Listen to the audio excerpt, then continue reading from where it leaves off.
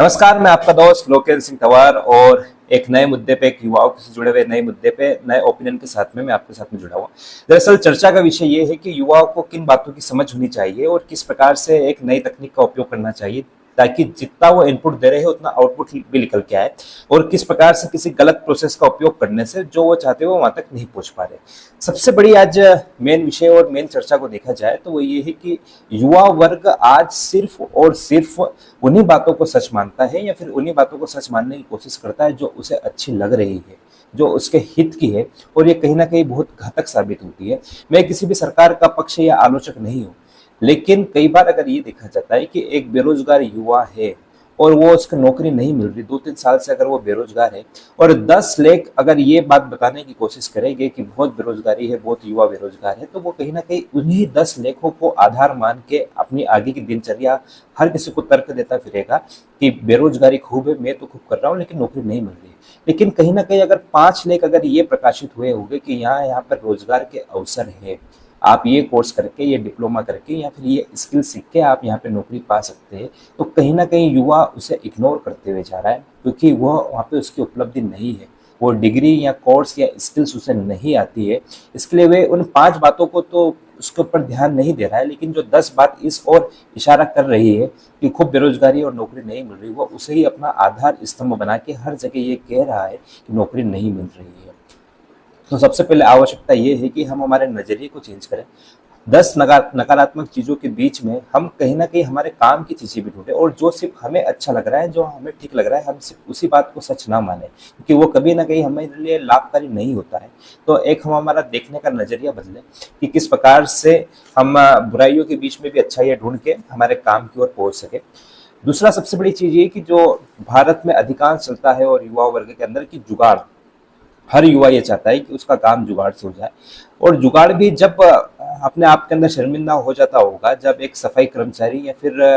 कोई अगर ऐसी नौकरी जहाँ पे जुगाड़ शब्द की आवश्यकता नहीं है, फिर भी वहाँ पे युवा ये चाहता है कि यहाँ पे भी जुगाड़ चल के मेरा काम हो जाए। इसका सीधा सीधा तात्पर्य ये है कि युवा ये मान चुका है कि मैंने जो डिग्रियां करी है या फिर जो मेरे अंदर जो कौशल है वो बिल्कुल ही नगण्य है। मैं बिना किसी जुगाड़ के या बिना किसी की सिफारिश के या बिना किसी अधिकारी या नेता की सिफारिश की नौकरी लग ही नहीं सकता। और ये जो मानसिकता है ये बहुत घातक हो जाती है क्योंकि परिणाम ये निकल के आते हैं कि युवा अपनी मेहनत से तो लगता है, लेकिन कहीं ना कहीं उसके ऊपर किसी व्यक्ति का एहसान चढ़ जाता है और वो एहसान आगे चल के शोषण के रूप में बदल जाता है।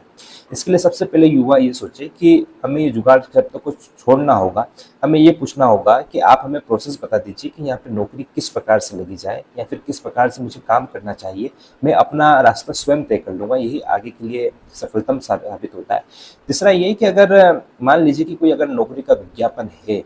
और वहां पे अगर दिया हुआ है कि अधिक जानकारी के लिए नीचे दिए गए नंबर पर संपर्क करें, तो युवा यहाँ पर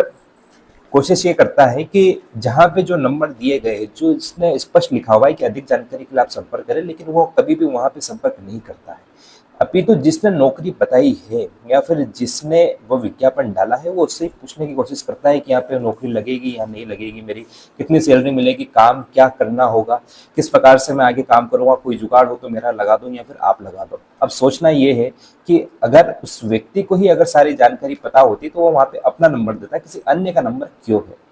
इससे ये होता है कि जो व्यक्ति आपकी मदद करना चाहते हैं, जो ये चाहते हैं कि हम लोगों को कहीं ना कहीं जानकारी बताए, वो कहीं ना कहीं इस चीज से पीछे हट जाते हैं क्योंकि उनको लगता है कि मैंने कहीं ना कहीं अपनी मुसीबत मोड़ ले ली। क्योंकि युवा जो सही अप्रोच करनी थी कि जहाँ पे आपको बात करनी चाहिए वहां पे आप बात नहीं कर रहे हो। चौथा ये होता है कि युवा पहले से ही विज्ञापन देख के ही अपने आप को रिजेक्ट कर लेता है कि नहीं नहीं, यहाँ पे तो मेरा होगा ही नहीं, यहाँ पे तो मेरा होगा ही। मैं सभी युवाओं से आग्रह करना चाहता हूँ कि आप अपने आप को पहले से रिजेक्ट क्या क्यों कर रहे हैं। हमेशा ये सोचिए कि ज्यादा से ज्यादा क्या होगा, यही होगा ना कि ज्यादा से ज्यादा आपको रिजेक्ट कर देगी, ये कह देगी कि नौकरी नहीं मिल सकती आपको या फिर आपका इंटरव्यू के लिए नंबर नहीं आएगा, इससे ज्यादा और कुछ नहीं होगा। लेकिन एक पॉजिटिव चीज ये सोचिए कि अगर वहां पे अगर आपका नाम आ गया,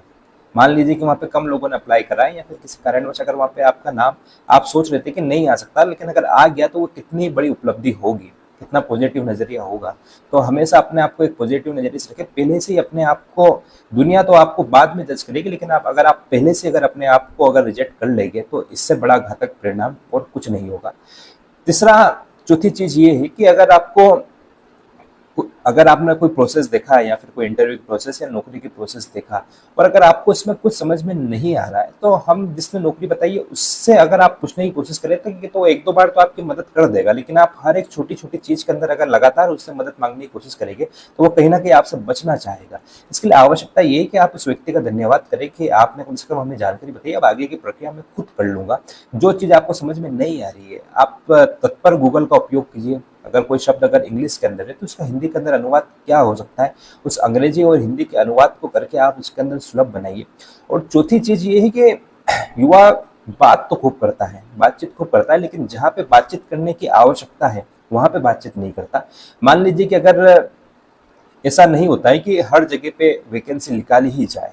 कई बार अगर आप पहले के नजरिए से देखेंगे तो पहले का नजरिया ये होता है कि नौकरी आपको खुद स्वयं जाके मांगनी होती है। अगर आप किसी फर्म के अंदर जाए या किसी कंपनी के अंदर जाए तो आपको वहाँ पे आपका सीवी, आपको रिज्यूमे वहाँ पे आपको देना होता है और आपको उनसे पूछना होता है कि सर कोई वैकेंसी ओपन है क्या या फिर कोई नौकरी के अवसर है तो हमें बताइए। लेकिन आज अगर आप ये पूछेंगे कि कितने युवा ये कर रहे हैं तो आंकड़ा निकल के आएगा 100 में से एक आधा।